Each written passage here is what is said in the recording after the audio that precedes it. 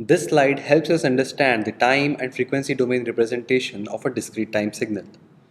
The figure on the left shows us a cosine signal in the discrete time domain with angular frequency of omega 0 and a varying amplitude of A. In the time domain, the signal x of n is plotted against time as indicated by the sample number n. For any particular n, the xn can be defined as A cos omega 0 into n. The figure on the right shows us the frequency representation of the same signal. Representing the signal in the frequency domain, the values on the x-axis are now angular frequencies omega with the unit of radians per sample.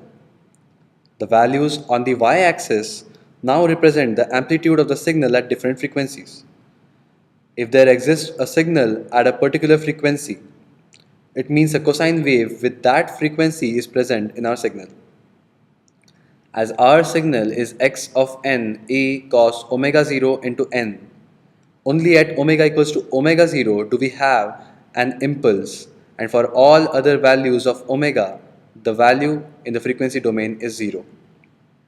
From the time domain, we now observe as the amplitude of the signal changes, we see a corresponding change in the amplitude at omega equals to omega 0.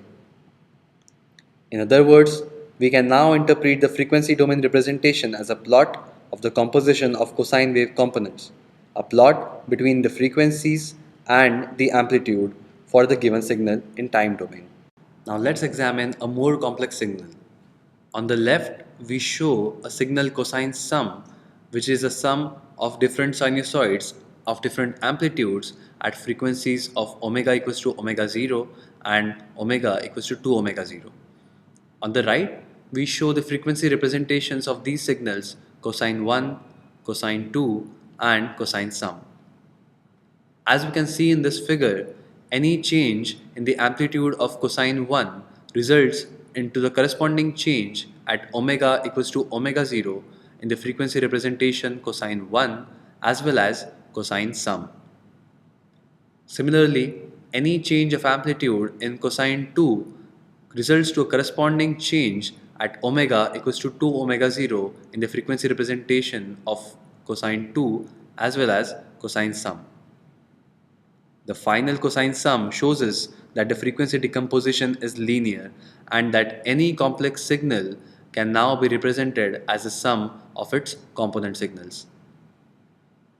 This example also shows us why frequency representation is important to us.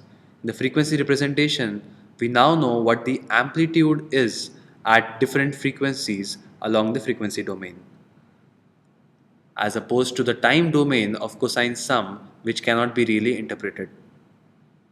The knowledge of how the signal's energy is distributed across the frequencies can be used for various purposes in digital signal processing. For example, feature extraction, signal enhancement, signal suppression, compression, and even noise removal.